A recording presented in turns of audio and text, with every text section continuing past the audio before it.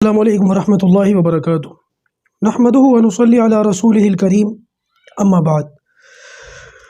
اعوذ باللہ من الشیطان الرجیم بسم اللہ الرحمن الرحیم سبحان الذی اسری بعبدہ لیلا من المسجد الحرام الى المسجد الاقصى الذی بارکنا حولہ لنریہ من آیاتنا انہ هو السمیع البصیر صدق اللہ العظیم اللہم صلی علی محمد وعلی آل محمد وبارک وسلم۔ امید کرتا ہوں کہ آپ تمام ساتھی خیر و عافیت سے ہوں گے۔ واقعہ معراج پر بات چل رہی ہے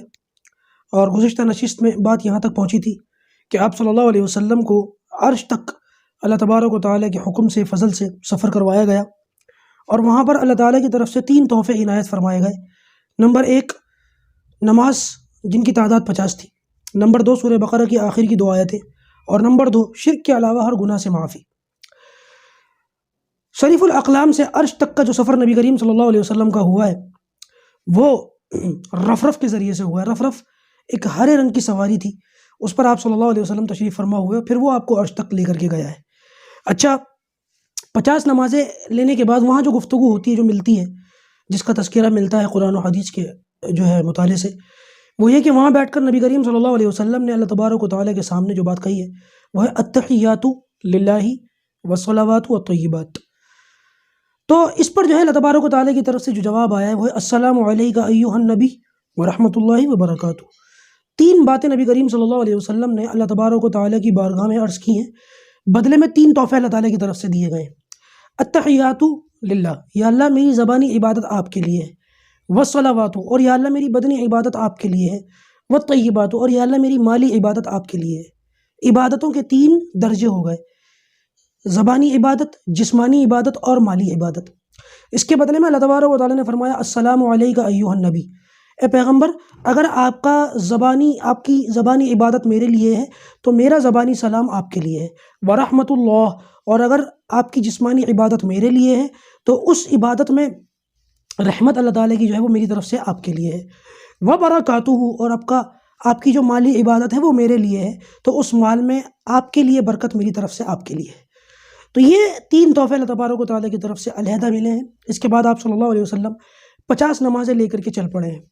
نیچے آئے ہیں عرش سے تو شریف الاقلام ہے، پھر سدرۃ المنتہا ہے، اس کے بعد پھر 7واں آسمان جہاں ابراہیم علیہ السلام تھے۔ ابراہیم علیہ السلام سے گفتگو ہوئی ہے اور ابراہیم علیہ السلام نے پوچھا بھی ہے کہ آپ کو کیا ملا، فرمایا کہ 50 نمازیں ملی ہیں۔ اس پر ابراہیم علیہ السلام نے کوئی کلام نہیں فرمایا۔ 6ٹھے آسمان پر جب پہنچے ہیں تو موسیٰ علیہ السلام سے ملاقات ہوئی اور وہاں پر انہوں نے بھی یہی سوال کیا، کیا ملا، فرمایا 50 نمازیں۔ اس پر ابراہیم علیہ السلام نے اپنا تجربہ اللہ کے رسول صلی اللہ علیہ وسلم کے ساتھ شیئر کیا، فرمایا کہ یا رسول اللہ، میری جو امت تھی بنی اسرائیل، ان پر 3 نمازیں فرض تھیں، وہ بھی نہیں پڑھتے تھے۔ 50 تو بہت زیادہ ہو گئے، آپ کی امت اس کا حق ادا نہیں کر پائے گی، آپ واپس جائیں، اس میں کچھ تخفیف کروائیں۔ نبی کریم صلی اللہ علیہ وسلم حضرت موسیٰ علیہ السلام کے اس مشورے سے واپس گئے ہیں اور جا کر کے گزارش کی ہے، سفارش کی ہے، 5 نمازیں کم ہو گئیں، پھر واپس آئے تو 45 رہ گئیں۔ حضرت موسیٰ نے فرمایا کہ یا رسول اللہ ابھی بھی زیادہ ہیں، اور کم کروائیں، اور تخفیف کروائیں۔ اس پر آپ صلی اللہ علیہ وسلم دوبارہ تشریف لے گئے ہیں اور 5 نمازیں کم ہوئی ہیں۔ اس طریقے سے بار بار آپ واپس آتے تھے، موسیٰ علیہ السلام سے گفتگو ہوتی تھی، بار بار واپس اللہ تعالیٰ کی بارگاہ میں تشریف لے جاتے تھے اور 5 نمازیں کم ہو جاتی تھی۔ آخر میں 5 نمازیں رہ گئیں، 5 کم ہوتے ہوتے جب یہ 5 رہ گئیں تو اس پر بھی موسیٰ علیہ السلام نے فرمایا کہ یا رسول اللہ یہ ابھی بھی کم ہے، آپ اور کم کروائیں۔ اس پر نبی کریم صلی اللہ علیہ وسلم نے ارشاد فرمایا کہ مجھے شرم آتی ہے، اور ساتھ میں یہ بات بھی تھی کہ اگر 5 کم ہو رہی تھی تو اس مرتبہ پھر 5 کم ہو جاتی تو پھر رہ گیا جاتا، تو لہٰذا یہ 5 نمازیں لے کر نبی کریم صلی اللہ علیہ وسلم واپس تشریف لانے لگے۔ اس پر اللہ تبارک و تعالیٰ کی طرف سے یہ اعلان ہوا کہ یہ نمازیں 5 ہیں، لیکن ان پر جو اجر اللہ تعالیٰ کی طرف سے دیا جائے گا وہ 50 ہی ہیں، 50 نمازوں کا ہی ثواب ہے، پڑھیں گے 5 ملے گا اجر 50 کا، ہر نماز پر 10 نمازوں کا اجر ملے گا۔ اچھا، یہاں پر علماء نے کلام کیا ہے کہ پیغمبر ابراہیم علیہ السلام نے تو کوئی بات نہیں کی، موسیٰ علیہ السلام نے بات کی، تو یہ بات ابراہیم علیہ السلام بھی تو کر سکتے تھے، انہوں نے کیوں نہ کی؟ اس پر علماء نے بڑے علمی جوابات دیے ہیں۔ ان میں ایک جواب بڑا اچھا ہے، وہ یہ کہ ابراہیم علیہ السلام وہ خلیل اللہ ہے، خلیل خلت سے نکلا، یعنی کہ دوست، اور دوست کا تقاضا یہ ہے، دوستی کا تقاضا یہ ہے کہ جو بات دوست کی طرف سے دی جاتی ہے تحفے کے طور پر اس کو قبول کیا جاتا ہے، اس میں کلام نہیں ہوتا۔ جبکہ موسیٰ علیہ السلام ہیں کلیم اللہ، اللہ تعالیٰ سے کلام کرنا ان کی خاص صفت ہے، اور اللہ تعالیٰ کے لاڈلے نبی ہیں، تو لہٰذا کلیم ہے ہی کلام سے بنا ہے، تو ان کا کام ہی کلام کرنا ہے، تو لہٰذا ان پر یہ بات تھی بھی، ان کے لیے یہ بات صحیح بھی تھی، اس لیے انہوں نے بات بھی کی۔ بہرحال 50 نمازیں نبی کریم صلی اللہ علیہ وسلم لے کر کے واپس لوٹے ہیں، اور یہ 50 نمازیں ہمارے لیے سوچنے کی بات ہے، اگر 5 کے بجائے 50 ہی نمازیں رہ جاتی پوری کی پوری، کم نہ ہوتی، پھر کیا ہوتا؟ آپ اندازہ لگائیں کہ پورا دن پھر 50 نمازیں ادا کرتے کرتے نکل جاتا، اس کا مطلب یہ ہوتا کہ کام کاروبار کچھ نہ ہوتا، کمانے کے لیے، نوکری کرنے کے لیے دھکے کھانے نہ پڑتے، پھر آسمان سے رزق اترتا۔ آپ 50 نمازیں پڑھتے رہتے، ذمہ داریاں کام کی صرف 2 لوگوں پر ہوتی ہیں، ایک امام پر، ایک مؤذن پر، وہ بیچارہ 50 اذانیں دیتا، یہ بیچارے 50 نمازیں پڑھاتے، اور آپ لوگوں کو بیٹھ کر کے صرف، ہم لوگوں کو بیٹھ کر کے صرف نمازیں پڑھنی پڑتی، اور کوئی کام نہ ہوتا، آسمان سے دسترخوان اترتے، ضرورتیں ویسے ہی پوری ہو جاتی۔ لیکن اللہ تبارک و تعالیٰ نے دنیا کے اندر، کیونکہ دنیا دار الاسباب ہے، اللہ پاک مسبب الاسباب ہے، تو دنیا کے اندر کمانا بھی ہے، دوڑ دھوپ بھی کرنی ہے، آزمائش بھی ہے، پھر آزمائش کیسے ہوتی؟ تو لہٰذا اللہ تبارک و تعالیٰ نے یہ صورت بنائی، موسیٰ علیہ السلام کو بھیج دیا۔ موسیٰ علیہ السلام بھی اپنی مرضی سے نہیں آئے، اللہ تعالیٰ ہی کے حکم سے وہ آئے ہیں، اللہ تعالیٰ ہی کے وہ بھیجے ہوئے ہیں۔ بہرحال یہاں پر موسیٰ علیہ السلام کی جو بات چیت نبی کریم صلی اللہ علیہ وسلم سے ہوئی ہے، اور 5 نمازیں رہ گئیں، اجر 50 کا ہے، اور بدنصیبی ہماری ہے کہ ہم پھر بھی نہیں پڑھتے۔ کتنے لوگ ایسے ہیں کہ 5 نمازیں بھی نہیں پڑھتے؟ اب تو اللہ حفاظت فرمائے، اتنی گراوٹ ہے کہ جمعہ بھی نہیں پڑھتے بہت سارے لوگ۔ پہلے کے لوگوں میں کم سے کم اتنی شرم تھی کہ چلو 5 وقت کی نہ صحیح جمعہ تو پڑھ لیں، اب تو لوگ اس سے بھی آگے نکل چکے ہیں، یہ بھی نہیں پڑھتے۔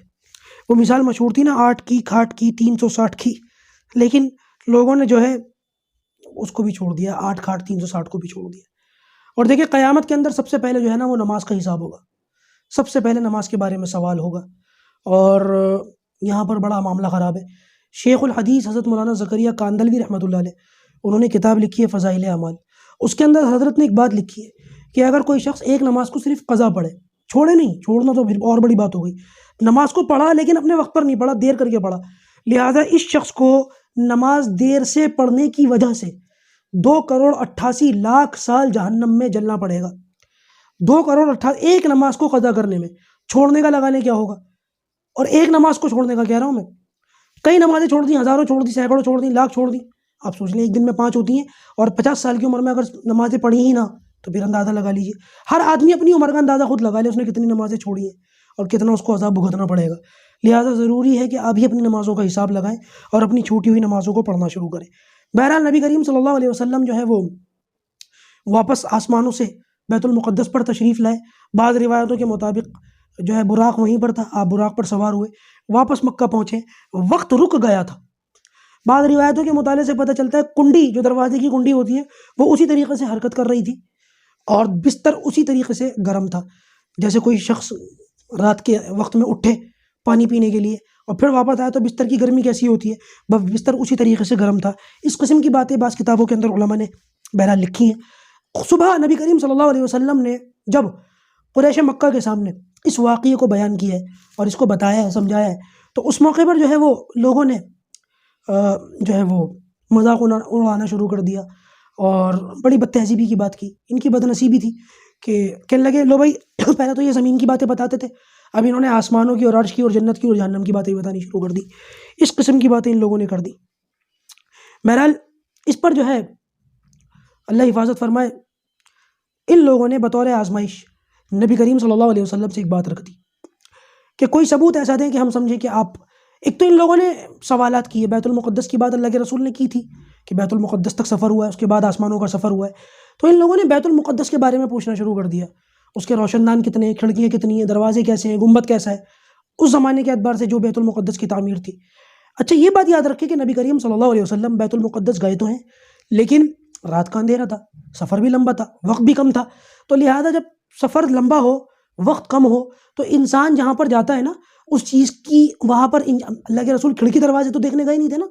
تو رات کے اندھیرے میں نبی کریم صلی اللہ علیہ وسلم نے ان چیزوں کو غور سے دیکھا بھی نہیں، دیکھنا بھی چاہیں تو اندھیرے میں نظر نہیں آتی، لہٰذا ان لوگوں نے اس قسم کی جب باتیں کہی ہیں تو یہ نبی کریم صلی اللہ علیہ وسلم کو معجزہ تھا۔ اسی وقت جب یہ سوال پوچھ رہے تھے، اللہ تبارک و تعالیٰ نے ایک معجزہ یہ دکھایا کہ بیت المقدس کو نبی کریم صلی اللہ علیہ وسلم کے بالکل سامنے فرما دیا، جیسے لائیو ٹیلی کاسٹ ہوتا ہے، جیسے فیفا ورلڈ کپ کا لائیو ٹیلی کاسٹ ہوتا ہے، جیسے کرکٹ کا لائیو ٹیلی کاسٹ ہوتا ہے۔ یہ لوگ سوال پوچھتے تھے اور نبی کریم صلی اللہ علیہ وسلم اپنی آنکھوں سے اسی وقت بیت المقدس کو دیکھ دیکھ کر کے ان کو جو ہے جواب دیتے تھے۔ ایک تو یہ، دوسرا ان لوگوں نے جب ان کو اس سے بھی اطمینان نہیں ہوا تو انہوں نے، کیونکہ کچھ لوگ ایسے تھے جو بیت المقدس جا چکے تھے، انہوں نے بیت المقدس اپنی آنکھوں سے دیکھا تھا، اس پر اللہ کے رسول سے سوالات کرتے تھے اور آپ صلی اللہ علیہ وسلم بالکل صحیح ایکوریٹ جواب دیتے تھے، لیکن ان لوگوں کو تو ماننا نہیں تھا، ان کی بدقسمتی تھی، انہوں نے پھر دوسرا اعتراض کر دیا کہ اور کوئی ثبوت پیش کریں کہ ہمیں سمجھ آ جائے، کوئی ایسا ثبوت جس کو جھٹلانا ناممکن ہو۔ تو نبی کریم صلی اللہ علیہ وسلم نے ارشاد فرمایا کہ جب میں بیت المقدس سے یہاں براق پر سوار ہو کر کے واپس لوٹ رہا تھا تو رستے میں ایک منزل تھی جہاں پر تمہارے قافلے کے لوگ آ رہے تھے، اور تمہارے قافلے کے لوگوں کے پاس ایک خاکی اونٹ ہے، وہ اونٹ قافلے کے سب سے آگے چل رہا ہے، اور اس کے دونوں طرف جو ہے اناج کے بورے جو ہوتے ہیں، 2 بورے اس کے دونوں طرف لٹکے ہوئے ہیں، اور یہ قافلہ بدھ کی شام تک پہنچ جائے گا، جیسے بدھ کی شام اللہ کے رسول صلی اللہ علیہ وسلم نے دی۔ اچھا بھائی 2-3 دن کا ٹائم ہے، آپ صلی اللہ علیہ وسلم نے فرمایا وہ قافلہ اتنی دور ہے کہ 2-3 دن میں، اتنے دن میں یہاں تک پہنچ جائے گا بدھ کی شام تک، یا صبح فجر کی نماز، جو بہرحال اللہ کے رسول نے فرمایا۔ یہ لوگ کھڑے ہو گئے دیے ہوئے ٹائم کے مطابق، مکے کی وہ جو وادی تھی جہاں سے لوگ داخل ہوتے ہیں وہاں کھڑے ہو گئے۔ اچھا بھائی قافلہ تو قافلہ ہوتا ہے، رستے میں بعض مرتبہ کچھ رکاوٹیں آ جاتی، کوئی معاملہ، ان کا اونٹ گم ہو گیا، ان قافلے والوں کا، جس کی وجہ سے ان کو لوٹنے میں دیر ہو گئی، تو لہٰذا سورج جو ہے وہ ڈوبنے کے قریب تھا، بعض روایتوں کے مطابق شام کا وقت تھا، تو نبی کریم صلی اللہ علیہ وسلم نے جو ٹائم کا جو دیا تھا نا، الٹیمیٹم دیا تھا، وہ سورج کے ڈوبنے سے پہلے کا تھا، تو سورج ڈوبنے کے قریب تھا، نبی کریم صلی اللہ علیہ وسلم جو ہے وہ دیکھ رہے تھے کہ سورج ڈوبنے کے قریب ہے، اور سورج ڈوب جاتا اور قافلہ نہ پہنچتا تو ان لوگوں کو مذاق اڑانے کا اور جھٹلانے کا ایک موقع مل جاتا۔ اس موقع پر نبی کریم صلی اللہ علیہ وسلم نے اللہ تعالیٰ کی بارگاہ میں ہاتھ اٹھائے، اور جیسے ہی آپ صلی اللہ علیہ وسلم نے ہاتھ اٹھائے، سب کہتے ہیں کہ ہم نے اپنی آنکھوں سے دیکھا کہ سورج ڈوبنے سے تھم گیا، رک گیا، ڈوبا نہیں، پھر وہ قافلہ جب اندر آیا ہے اس کے بعد وہ سورج ڈوبا ہے۔ اس کو کہتے ہیں حبس شمس، معجزہ حبس شمس، نبی کریم صلی اللہ علیہ وسلم کے اس معجزے کی طرح جس کو شق القمر کہا جاتا ہے، اور رد شمس جو خیبر کے موقع پر ہوا تھا۔ ان تینوں معجزوں کا ذکر میں پہلے کر چکا ہوں کیونکہ یہاں اس کا موقع تھا، تو اس لیے میں نے مختصر طور پر اس کی وضاحت کر دی۔ بہرحال یہ قریش کی بدبختی تھی کہ اس معجزے کو دیکھنے کے بعد بھی کہنے لگے اب تو ہمیں اور یقین ہو گیا، پکا یقین ہو گیا، محمد تم بہت بڑے جادوگر، معاذ اللہ، بجائے ایمان لانے کے قافلے کو دیکھ لیا اور سورج کو ڈوبنے سے پہلے رکے ہوئے دیکھ لیا، لیکن ایمان نہیں لائے، اللہ حفاظت فرمائے۔ بہرحال ایک موقع یہاں پر اور ہوتا ہے، وہ یہ کہ ان لوگوں نے ابو بکر صدیق رضی اللہ تعالیٰ عنہ کے پاس، کیونکہ نبی کریم صلی اللہ علیہ وسلم جب معراج سے واپس آئے اور آپ نے اس واقعے کا تذکرہ کیا، تو اس واقعے کا تذکرہ ابھی قریش مکہ کے سامنے ہوا تھا، حضرت ابو بکر صدیق نبی کریم صلی اللہ علیہ وسلم سے نہیں ملے تھے، آپ صلی اللہ علیہ وسلم کی حضرت ابو بکر صدیق سے کوئی ملاقات نہیں ہوئی تھی، تو بہرحال ان لوگوں نے یہاں پر حضرت ابو بکر صدیق کا ایک طریقے سے یوں کہہ لیں امتحان لیا، آزمائش میں ڈالا کہ بھائی اس طریقے سے جو ہے وہ تمہارے دوست اس قسم کی باتیں کرتے ہیں کہ وہ آسمانوں پر گئے تھے، عرش پر گئے تھے، اللہ تعالیٰ سے ملاقات ہوئی ہے، نمازیں ملی ہیں، تو ابو بکر صدیق رضی اللہ تعالیٰ، حالانکہ ابھی اللہ کے رسول سے ملے نہیں ہیں، لیکن کہنے لگے کہ بے شک وہ صحیح کہتے ہیں کہ اس سے بڑی بڑی باتیں انہوں نے ہم سے پہلے کہی ہیں، ہم نے تو وہ ساری مان لی، تو لہٰذا محمد صلی اللہ علیہ وسلم اتنے بڑے سچے ہیں کہ اگر انہوں نے یہ باتیں کہی ہیں تو وہ یہ سچ کہہ رہے ہیں۔ یہاں سے ان کو صدیق اکبر کا لقب ملا، صدیق ابو بکر ان کا نام تھا، ابو بکر نام نہیں تھا، عبداللہ نام تھا، ابو بکر جو ہے وہ